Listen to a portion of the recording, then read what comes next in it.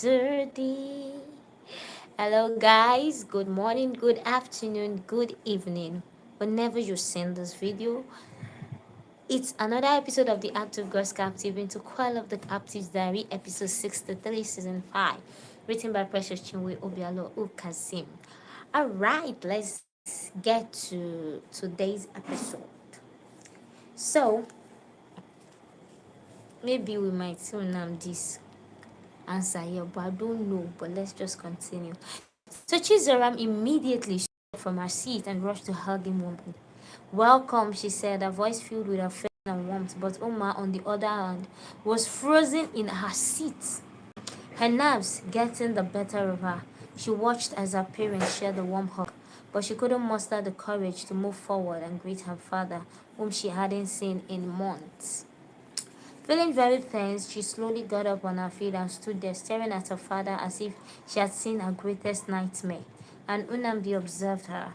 He stared back at her curious. What's going on? Are you okay? He asked, observing her all over, and she nodded nervously. Yes, I'm fine. Welcome, Dad. She nodded and greeted, still standing on the same spot, and Unamdi chuckled in disbelief. Now my picking be this. No, you're definitely not fine. Unamdi was still talking when Chizam quickly caught in smiling. Why are you standing like that? Aren't you going to hug your father? She told Uma Sinachi, urging her with her eye signal to come forward and hug her father. And Unamdi, sensing Uma's nervousness, smiled warmly at her again and opened his arms wide. Come, he said, his voice gentle and inviting. Come and give your father a hug. He urged her to come, letting go the thought of whatever she must have done wrong to necessitate such expression of fear, and that was when she regained her self-control, then walked towards him. She hesitated for a moment and then fell into his arms, hugging him tightly. Onambe wrapped his arm around her, holding her close. I've missed you, my baby, he said, his voice filled with love and warmth. How have you been? He asked, patting her back. Overwhelming. Overwhelming with your love. Omar replied, still holding on to her father, and he assured her that everything would be fine. Alright, I'll go set the table for dinner. We can continue this discussion while we eat. Chizam caught in smiling and he nodded with a smile.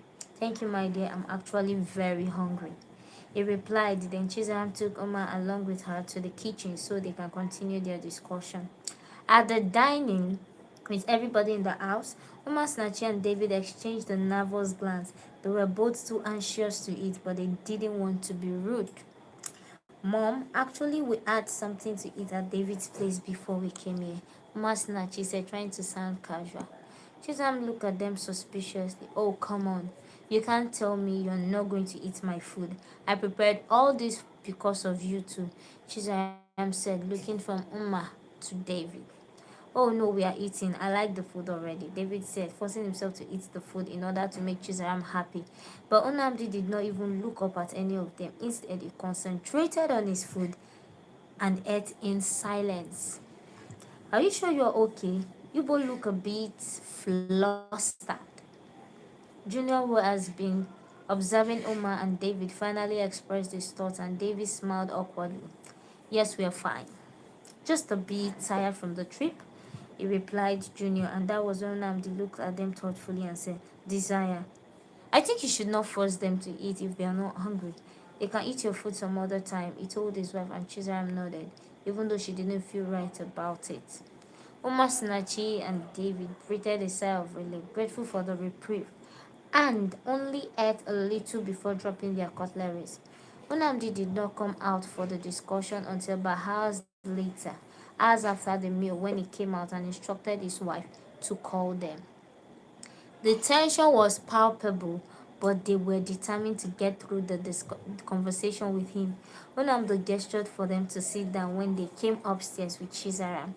Alright, please let's talk. David told me you both wanted to discuss something with my wife and I, he said, and they nodded in the affirmative. Okay, we are all ears, he said, looking from them to his wife, who nodded in the affirmative. Uma took a deep breath and David reached out to hold her hand, giving her a reassuring squeeze. Um, Dad, David and I, We wanted to talk to you about our plans, she said, her voice a bit shaky, and Unamdi leaned forward, his eyes intent on his daughter. Plans? What plans, Umasnachi? He asked, calling her by her full name, and she took another deep breath. Then the words tumbled out. We want to get married, Dad. We've talked and prayed about it, and we both feel it's the right time. We wanted to ask for your blessing. She said very fast, as though she might change her mind if she's not fast enough. That was why I read it very fast. Maybe I might change my mind and not read it again. The room fell silent. And Unamdi's expression was unreadable. That is the problem. He looked at David, then back at Umasinachi, his eyes searching for something. Chizam held her breath, her heart pounding with anticipation.